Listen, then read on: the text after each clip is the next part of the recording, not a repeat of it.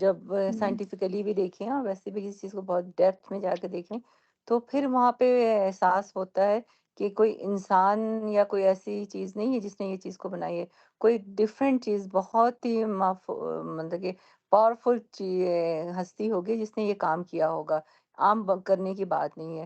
جس طرح ہم اپنی ہیومن باڈی کو ہی دیکھ لیتے ہیں نا، اس میں اتنا کمپلیکیٹڈ سسٹم ہے جس کو پڑھنے میں بھی ایک بندے کی ساری زندگی لگ جاتی، ایک سسٹم کو مکمل پڑھ نہیں سکتے ہیں، اور پوری باڈی میں کتنے آرگن سے لے کے کتنے سسٹم کو بنایا گیا ہے۔ تو ظاہر سی بات اس کا بنانے والا کوئی ہے، عام نہیں ہے، کوئی خاص ہے جس نے بنایا ہے اسے۔ تو پھر اس کو جب ہم اس کو سوچتے ہیں تو پھر ہمیں اللہ تک پہنچنے کے لیے نا ہمیں راستہ مل جاتا ہے، پھر ہم پہنچ جاتے ہیں وہاں تک کہ واقعی اس کو اللہ نے ہی بنایا، اس کی ذات نے ہی تخلیق کی ہے۔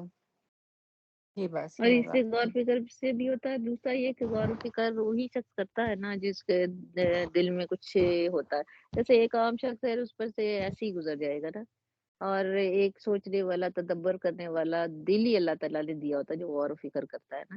تو غور و فکر کرنے کی اسی لیے اللہ تعالیٰ دعوت دیتے ہیں کہ آپ کا جو سوچ کو ہم نے یا سپرفیشل سا بنایا ہوتا ہے، اس کے گہرائی میں ہم پہنچے نا، غور فکر کر کے اس چیز کو سمجھے، کیونکہ ہر چیز جو ہے وہ بڑی سچائی کے ساتھ موجود ہے، اس میں ذرا بھی تبدیلی نہیں آ رہی ہے، ذرا بھی اس میں جو ہے جھول یا نقص نہیں ہے۔ تم آسمان کو دیکھو، تمہیں بار بار دیکھو، اس کا بھی ذکر آتا ہے، تو اس لیے کہ اس میں کوئی جھول نہیں ہے، اور اس میں حیرت ہی حیرت ہے نا، کہ آسمان اتنا ہے بغیر کسی اس کے کہتے ہیں ستون کے ہے، اتنا بڑا، اتنی بڑی چیز کیسے قائم ہے نا؟ ہر چیز کی طرف اس لیے اللہ تعالیٰ دعوت دیتے ہیں کہ وہ بڑی ایک گہرائی میں دیکھنے والی اور حیرت زدہ کرنے والی چیز ہے۔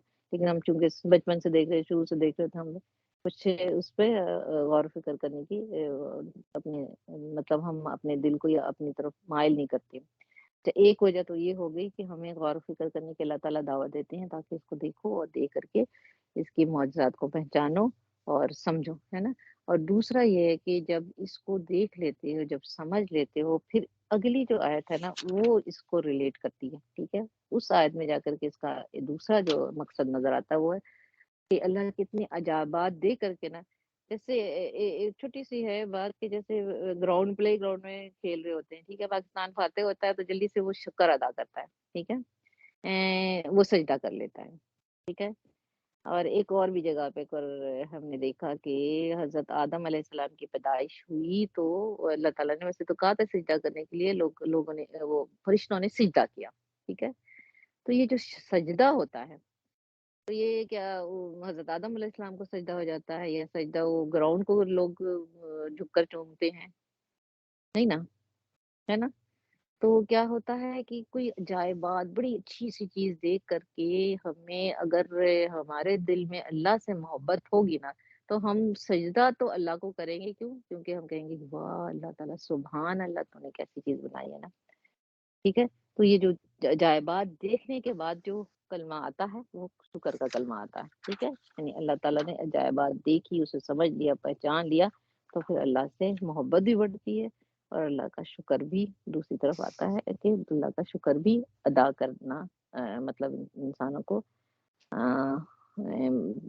محسوس ہوتا ہے کہ وہ اللہ کا شکر ادا کرے گا، اسے سجدہ کرے گا، اس سے محبت بڑھ جاتی ہے، ٹھیک ہے۔ اچھا، لوگ اللہ کے سوا بھی بڑی ساری چیزوں پر عبادت کرتے ہیں، اور اگر مسلمان کو کہیں کہ ہاں اللہ کو مان رہے ہیں، لیکن وہ پھر بھی کہیں نہ کہیں جا کر کے وہ اللہ کی اس کی محبت میں فرق ڈال رہے ہیں، ٹھیک ہے۔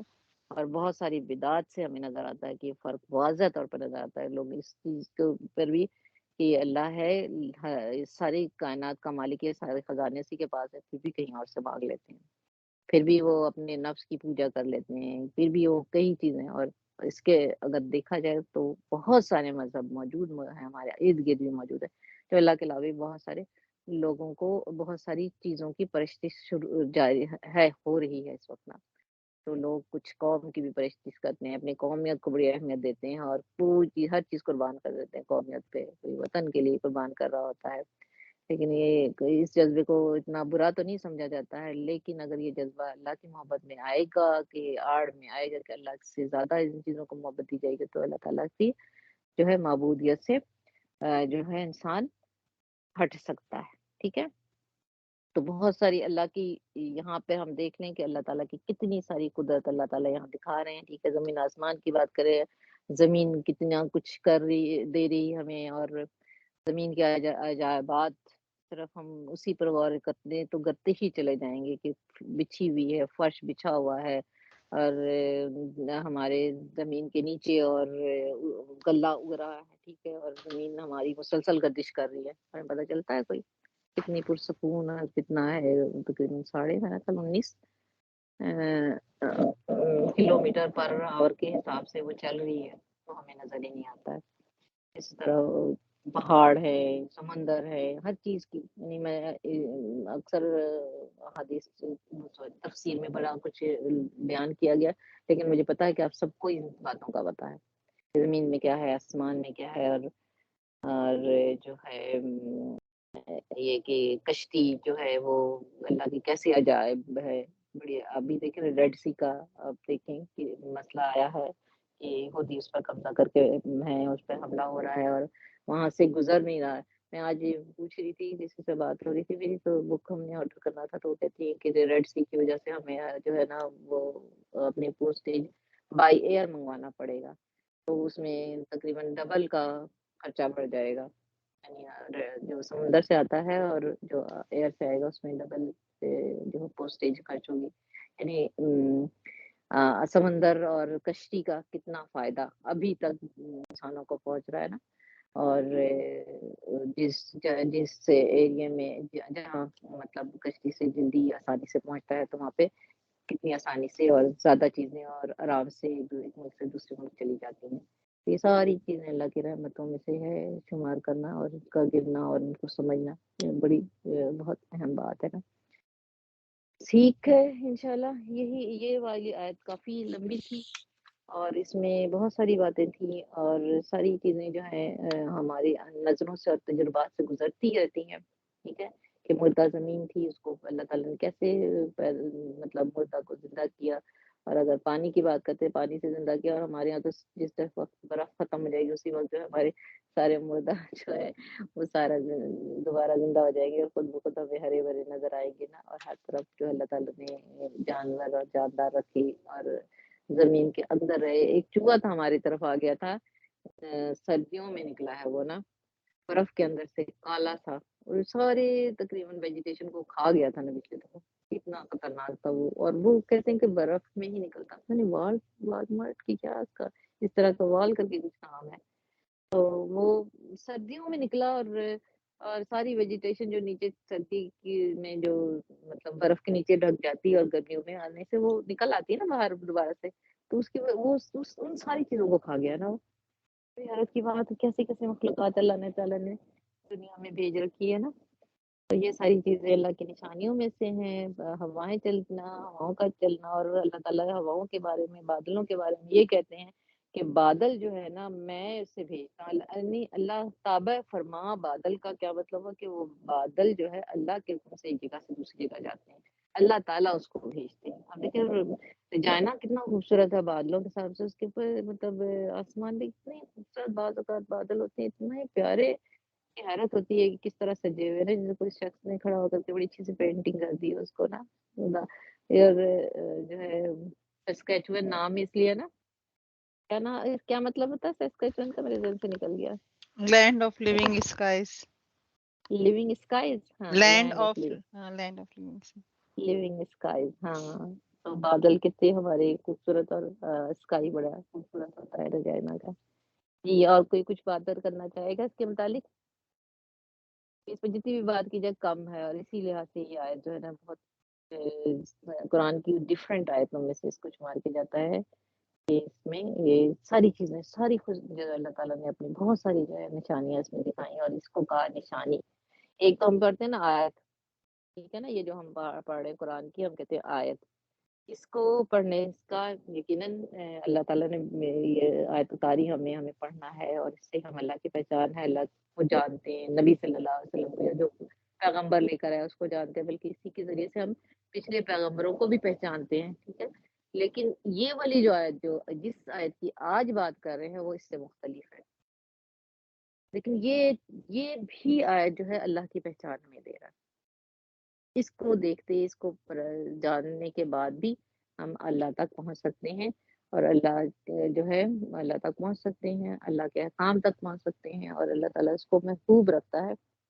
اور اگلی دو آیت میں یہ بتا رہا ہے کہ یہ لوگ جو ہیں اس طرح سے اللہ کو محبوب رکھتے ہیں جو اللہ کو صرف مانتے ہیں. ٹھیک ہے، یہ دوسری جو 61 65 میں ہے اس میں ہم تھوڑا سا دیکھ لیتے ہیں تاکہ یہ اس کے ساتھ ہی ریلیٹ کر رہی ہے تو ہمیں اسے بھی سمجھ میں آ جائے.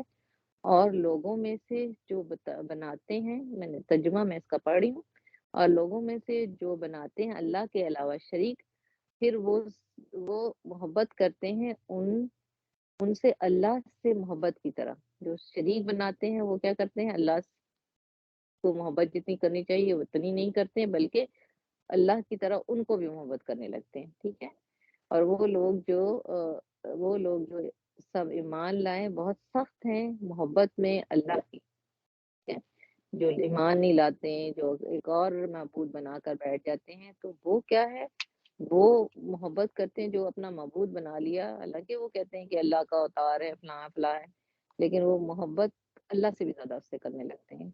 لیکن ایمان والوں کی خصوصیت کیا ہے کہ وہ اللہ سے سب سے زیادہ محبت.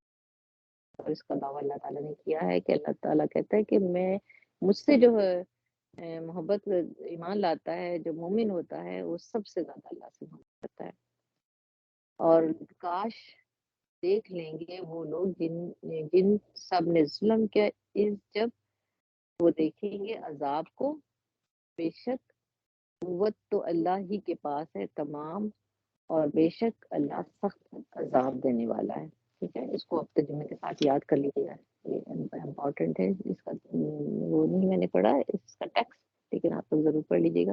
یہ بہت پیاری آیت ہے کہ اللہ تعالیٰ سے ایمان والا بہت سب سے زیادہ محبت کرتا ہے. تو اس کا دعویٰ ہر طرح سے کرتا ہے کہ ایمان والا محبت کیسے کرتا ہے، تو اس طرح سے کہ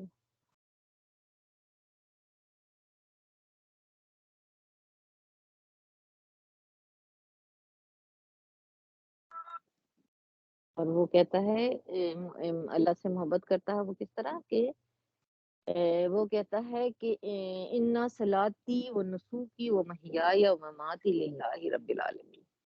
جب وہ اللہ سے محبت کرتا ہے تو اس کو وہ اپنی تمام چیزیں کہ میری نماز، میری قربانی، یہ ساری چیزیں اکٹھا کر لیں گے تو پھر اللہ کی محبت بنے گی. کہ میری نماز، میری قربانی، میرا جینا، میرا مرنا، اور میرا سب کچھ اللہ کے لیے ہے.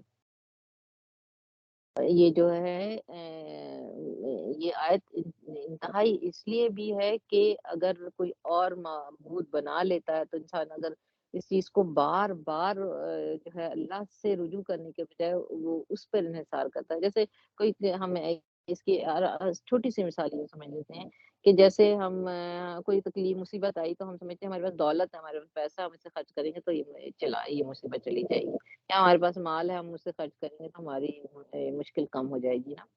اگر وہ اس چیز کو بھی دل میں لے آتا ہے، یعنی کہ دل میں تھوڑا سا بھی آ جانا کہ اللہ کے علاوہ کوئی چیز جو کہ اس کو اس مصیبت سے، اس چیز سے، یا کسی کام سے، یا مختلف چیزیں جو بھی سمجھ لیں، ٹھیک ہے، اس سے کوئی اور چیز مدد کر دی اللہ کے علاوہ، تو کیا ہے، وہ ہے اصل میں سب سے بڑا انسان کا دھوکہ. ٹھیک ہے، تو جو ہے محبت سب کی سب، ساری کی ساری، آپ کی عبادت، آپ کی قربانی، سب کس لیے؟ اشد حب للہ، اشد سخت محبت کرتے ہیں، سب سے زیادہ محبت اللہ سے.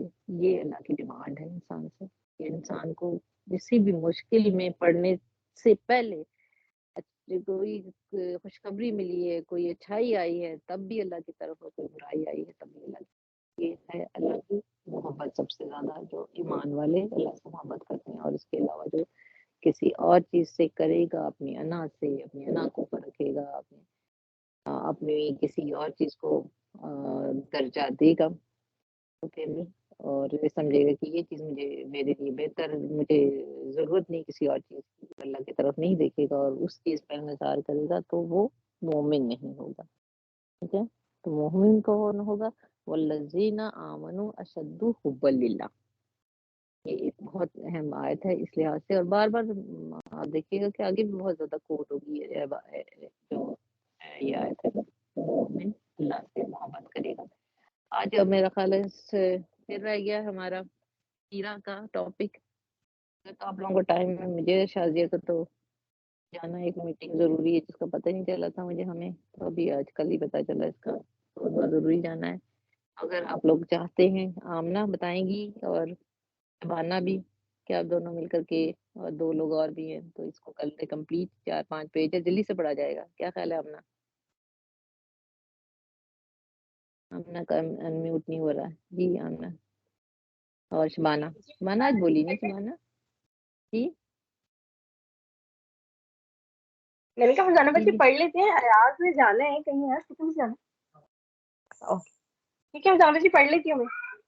ٹھیک ہے، آپ پڑھ لیں تو باقی لوگ سن لیں گے. میں اور شازیہ دونوں جا رہے ہیں، شازیہ آپ الگ سے پڑھ لیں گے اس کو. ٹھیک ہے شازیہ؟ اوکے جی، انشاءاللہ پھر ملاقات ہوتی ہے. ویسے بہت امپورٹنٹ ٹاپک ہے، اس لیے میں نے کل پچھلی دفعہ میں نے اس کو چھوڑا نہیں تھا جب آپ لوگ نہیں کر رہے تھے، تو میں نے کہا تھا اس کو کریں گے ہم ڈسکس، لیکن اس کے امپورٹنٹ پوائنٹ ضرور نوٹ کر لیجیے گا، تو ہمیں تھوڑا تھوڑا سا بتا دیجیے گا نیکسٹ ٹائم. صحیح؟ اوکے جی، جزاک اللہ خیر. السلام علیکم ورحمۃ اللہ وبرکاتہ. میری طرف سے خدا